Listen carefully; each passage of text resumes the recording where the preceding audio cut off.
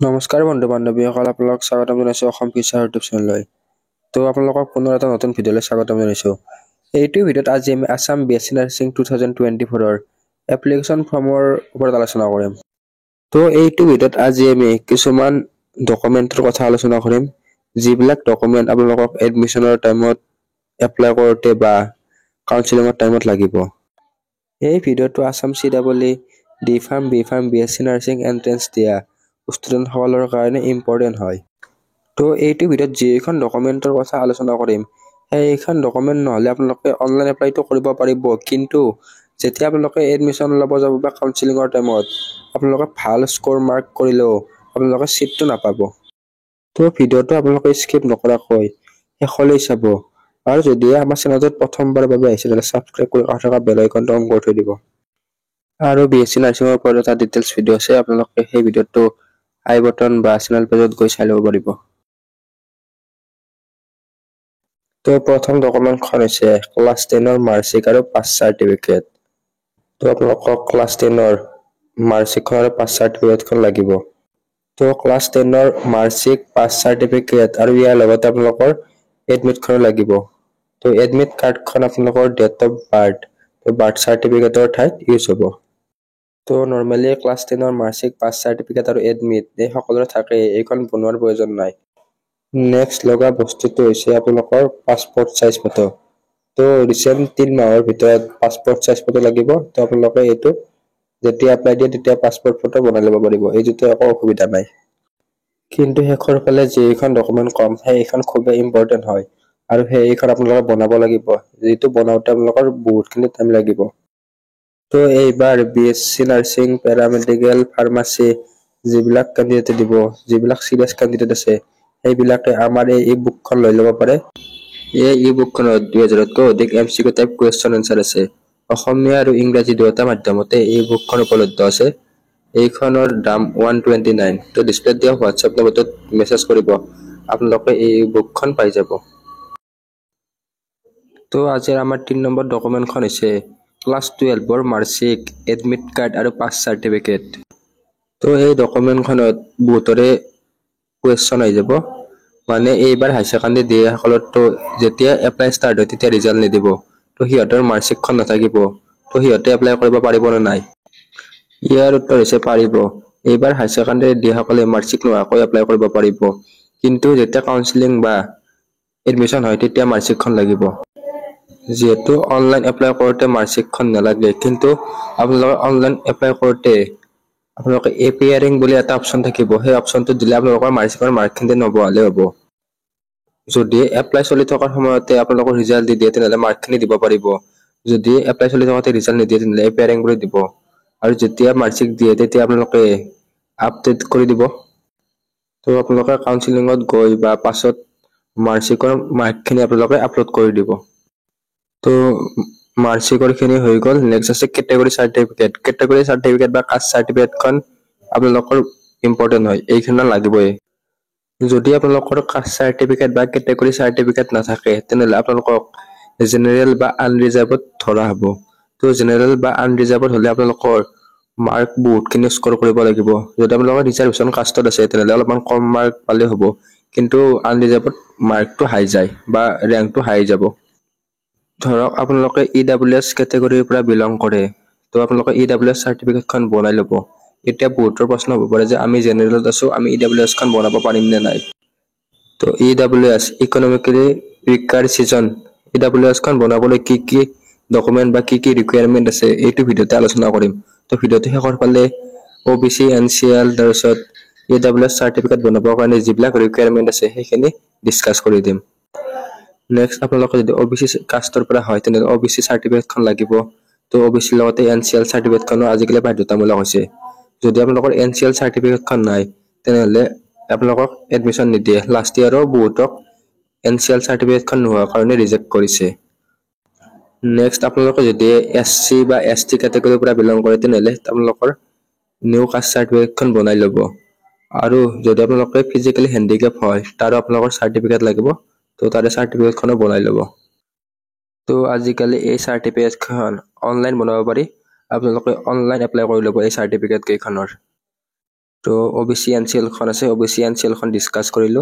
তো OBC NCL খন কেনেকৈ বনাব সেইটোও কৈ দিম। নেক্সট OBC NCL খনৰ পিছত নেক্সট ডকুমেণ্টখন হৈছে PRC, যিখন আপোনালোকৰ খুবেই ইম্পৰ্টেণ্ট হয়। PRC হৈছে পাৰ্মানেণ্ট ৰেচিডেন্ট চাৰ্টিফিকেট, মানে আপুনি যে অসমৰ বাসিন্দা তাৰে প্ৰমাণ এইটো। তো এই চাৰ্টিফিকেটখন আপোনালোকৰ লাগিব। তো PRC চাৰ্টিফিকেটখন বনাওঁতে আপোনালোকৰ প্ৰায় 2 মাহমান সময় লাগে। তো এতিয়া আপোনালোকে যদি এপ্লাই কৰে তেনেহ'লে আপোনালোকৰ যেতিয়া এক্সাম হয় তেতিয়ালৈকে ইয়াৰ চাৰ্টিফিকেটখন ওলাই যাব। তো আপোনালোকে যিমান পাৰে সিমান সোনকালে এই চাৰ্টিফিকেট কেইখন বনাই লওক, নহ'লে আপোনালোকৰ পিছত এডমিশ্যন নাপালে সেইটো আপোনালোকৰ বহুতে বেয়া লাগি যাব, বা বহুতে ইমান কষ্ট কৰি এক্সাম দিয়াৰ পিছত যদি চিট নাপায় তেনেহ'লে আপোনালোকৰ নিশ্চয়। তো সেইকাৰণে আপোনালোকে এতিয়াতে টাইম থাকোঁতে এই চাৰ্টিফিকেট কেইখন বনাই ল'ব। লগতে আপোনালোকৰ ইনকাম চাৰ্টিফিকেটখনো বনাব। ইনকাম চাৰ্টিফিকেটখন আপোনালোকৰ লাগে। ইনকাম চাৰ্টিফিকেটখন আপোনালোকৰ এডমিশ্যন টাইমত বা কাউন্সিলিঙৰ টাইমত নালাগে, কিন্তু ইয়াৰে EWS চাৰ্টিফিকেট বনাবৰ কাৰণে আপোনালোকৰ ইনকাম চাৰ্টিফিকেটখন লাগিব। আৰু আপোনালোকক এই চাৰ্টিফিকেট কেইখন সোনকালে বনাব দিয়াৰ কাৰণ এটাই হ'ল যে যেতিয়াই আপোনালোকৰ হাই ছেকেণ্ডাৰী বা মেট্ৰিকৰ ৰিজাল্ট দিব তেতিয়া বহুতে এই চাৰ্টিফিকেট কেইখন এপ্লাই কৰিব যাব। তেতিয়া হয়তো ইয়াৰে বহুত প্ৰচেছ থাকিব, তো বহুত লেট হৈ যাব, আৰু বহুতে অনলাইন কৰিব যাতে প্ৰচেছবিলাক লাহে লাহে হ'ব, আৰু আপোনালোকৰ ইমান কেণ্ডিডেটে এপ্লাই কৰিব, ৱেবছাইটবিলাকো ছাৰ্ভাৰ ডাউন হৈ আহিব। তো সেইকাৰণে আপোনালোকে অনলাইনবিলাক যিমান পাৰে সিমান সোনকালে কৰি ল'ব। তো OBC চাৰ্টিফিকেটখন OBC NCL non creamy layer এখন বনাবৰ কাৰণে ৰিকুৱাৰমেণ্টখিনি হ'ল, প্ৰথমতে আপোনালোকে ইণ্ডিয়ান চিটিজেন হ'ব লাগিব। তাৰপিছত আপোনালোকৰ OBC কেটেগৰীৰ পৰা হ'ব লাগিব। নেক্সট ইয়াৰ বাহিৰে আপোনালোকৰ ফেমিলিৰ মানে এই বছৰত 8 লাখৰ ওপৰত ইনকাম হ'ব নোৱাৰে। তো যদি 8 লাখৰ তলত ইনকাম আছে তেনেহ'লে আপোনালোকে এই OBC NCL চাৰ্টিফিকেটখন বনাব পাৰিব। তো ইয়াৰ কাৰণে 3খন ডকুমেণ্ট লাগিব। তো প্ৰথম ডকুমেণ্টখন হৈছে আপোনালোকৰ permanent resident certificate or any other proof of residency. তো আপোনালোকৰ যিখন PRC চাৰ্টিফিকেট আছে সেইখন লাগিব, নহ'লে আপোনালোকে যে অসমৰ বাসিন্দা তাৰ এখন প্ৰুফ লাগিব। যিকোনো প্ৰুফ হ'ব পাৰে, আধাৰ কাৰ্ড, পান কাৰ্ড। নেক্সট আপোনালোকৰ হৈছে OBC চাৰ্টিফিকেট, যিখন আপোনালোকৰ অৰিজিনেল চাৰ্টিফিকেট OBC চাৰ্টিফিকেটখন আছে সেইখন লাগিব। তো সেইখন কম্পিটেণ্ট অথৰিটিৰ পৰা হ'ব লাগিব। তাৰপিছত 3 নম্বৰ হৈছে আপোনালোকৰ ইনকাম চাৰ্টিফিকেট। তো আপোনালোকৰ ফেমিলিৰ ইনকাম চাৰ্টিফিকেটখনৰ লাগিব। তো আপোনালোকৰ ইনকামটো 8 লাখৰ তলত হ'ব লাগিব। তো আপোনালোকক মই কৈছিলোঁ যে আপোনালোকৰ ইনকাম চাৰ্টিফিকেটখনো ইম্পৰ্টেণ্ট হয়। তো আপোনালোকে এই কেইখন চাৰ্টিফিকেট একেলগে বনাই ল'ব। ইনকাম চাৰ্টিফিকেটখন বনাওঁতে প্ৰায় 10 দিনমান টাইম লাগিব। তো নেক্সট ডকুমেণ্টখন হৈছে EWS ইকনমিকেলি উইকাৰ চিজন, মানে যিবিলাকে জেনেৰেল কেটেগৰীৰ পৰা বিলং কৰে কিন্তু আৰ্থিকভাৱে দুৰ্বল সেইসকলে এই চাৰ্টিফিকেটখন বনাব পাৰে। তো EWS চাৰ্টিফিকেটখন বনাবৰ কাৰণে বহুখিনি ৰিকুৱাৰমেণ্ট আছে। তো প্ৰথমতে ফেমিলিৰ ইনকাম 8 লাখৰ তলত হ'ব লাগিব। এই চাৰ্টিফিকেটখন জেনেৰেল কেটেগৰীৰ পৰা বিলং কৰাসকলে বনাব পাৰে। তো EWSৰ কাৰণে এপ্লাই কৰিবৰ কাৰণে কিছুমান ৰিকুৱাৰমেণ্ট আছে। যদি আপোনালোকে গাঁও অঞ্চলৰ হয় তেনেহ'লে আপোনালোকৰ 15 বিঘা মাটিৰ ওপৰত থাকিব নোৱাৰে। নেক্সট যদি আপোনালোকে ৰুৰেল মানে চহৰীয়া অঞ্চলৰ হয় তেনেহ'লে আপোনালোকৰ মাটি 1 বিঘাৰ ওপৰত থাকিব নোৱাৰে। আৰু যদি আপোনালোকে মিউনিচিপালিটি বৰ্ড বা টাউন কমিটিৰ এৰিয়াত হয় তেনেহ'লে আপোনালোকৰ মাটি 1.5 বিঘাৰ ওপৰত থাকিব নোৱাৰে।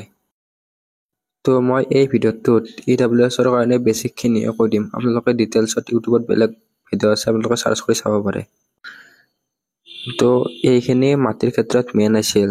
তো ইয়াৰ বাহিৰেও আপোনালোকৰ মাটিৰ লগত জড়িত কিছুমান ৰিকুৱাৰমেণ্ট আছে। তো আপোনালোকে সেইটো গুগলত চাই ল'ব পাৰিব। নেক্সট EWS চাৰ্টিফিকেট বনাবৰ কাৰণে আপোনালোকৰ কি ডকুমেণ্ট লাগিব? প্ৰথমতে আপোনালোকৰ এড্ৰেছ প্ৰুফ। তো এড্ৰেছ প্ৰুফ হিচাপে আপোনালোকে Aadhaar card, PAN card, voter card দিব পাৰে। Next identity proof. আইডেণ্টিটি প্ৰুফতো আপোনালোকে voter card, Aadhaar card, PAN card দিব পাৰে। তাৰপিছত নেক্সট চেলাৰী শ্লিপ। যদি আপোনালোকে চাকৰি কৰা হয়, এমপ্লয় হয় তেনেহ'লে আপোনালোকৰ চেলাৰী শ্লিপ মানে চেলাৰীৰ সেইটো প্ৰুফটো দিব লাগিব। তাৰে পিছত আপোনালোকৰ মাটিৰ খাজনা ভৰা ৰচিদখন দিব লাগিব। ইয়াৰ বাহিৰেও আৰু কিছুমান ডকুমেণ্ট হ'ল আপোনালোকৰ ভোটাৰ লিষ্টৰ গাঁওবুঢ়াৰ চাৰ্টিফিকেট, এইখিনি জমা দিব লাগিব। তো এইটো ভিডিঅ'ত এইখিনি আছিল, আশা কৰোঁ আপোনালোকে ভিডিঅ'টো ভাল পালে। নেক্সট এটা ভিডিঅ'ত আৰু নতুন টপিক লৈ আগবাঢ়িম। তো এইটো ভিডিঅ' আপোনালোকৰ বন্ধুবৰ্গৰ সৈতে শ্বেয়াৰ কৰি দিব। আৰু যদি এতিয়ালৈকে আমাৰ হোৱাটছআপ গ্ৰুপত জইন হৈ লোৱা নাই তেনেহ'লে জইন হৈ ল'ব, ইয়াৰ লিংক ডেছক্ৰিপশ্যনত দিয়া আছে। তো এই ডকুমেণ্টখিনি আপোনালোকে সোনকালে যিমান পাৰে সিমান সোনকালে বনাই ল'ব, আৰু যেতিয়া এপ্লিকেশ্যন বা নতুন আপডেট আহে সকলোতকৈ আগতে দিবলৈ চেষ্টা কৰিম। তো আজিলৈ ইমানেই, ধন্যবাদ।